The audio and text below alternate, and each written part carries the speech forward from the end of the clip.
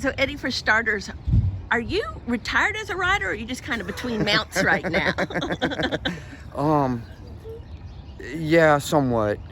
Janie, I backed away from riding when the pandemic hit. When he started and working horses, and the conversation is, you know, what are we looking to get out of this and how are we going about it? And I just felt that, you know, horses going in company or head and head, say, get more out of it without having to go as fast. And Eddie definitely latched onto that part of it, because when you're watching them break off, it's hard to tell if there's one or two horses going straight down the backside. This guy, Mr. Asmussen, offered me a job on Christmas Eve, right when the pandemic hit, and I got on horses for him that day and never left. You won over 4,000 races as a jockey. What about the transition from being a jockey to not being a jockey? For me, it's been pretty easy.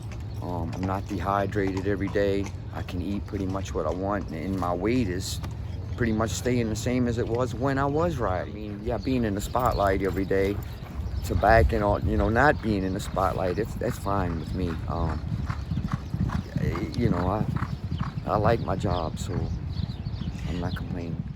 Is it more important to you at this stage of your racing career to be around nice horses? Absolutely. I'm so fortunate. I get to get on these grade 1 horses every day. It's just amazing. When you get on a horse, what are you trying to do with that horse? It's a different deal than it is when you're a jockey, I would think. Yeah, somewhat, quite a bit, because whatever Steve has on my list, that's what I'm gonna do perfect by that horse for that day and that training regimen. So my job is just to, hey, do what I'm told and make sure it goes very precise every time.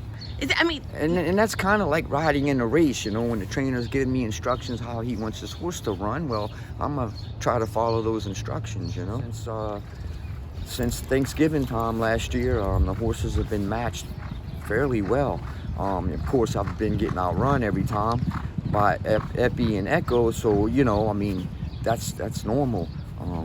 I know when one can keep up with either one of them, they got a shot to win when the jockey's gonna let them run. And I think the success that he had as a jockey is because he's a horseman, and the fact that he's still getting on horses is because that's who he is. And he is a pleasure to work with, brings a great attitude to it, and truly loves horses.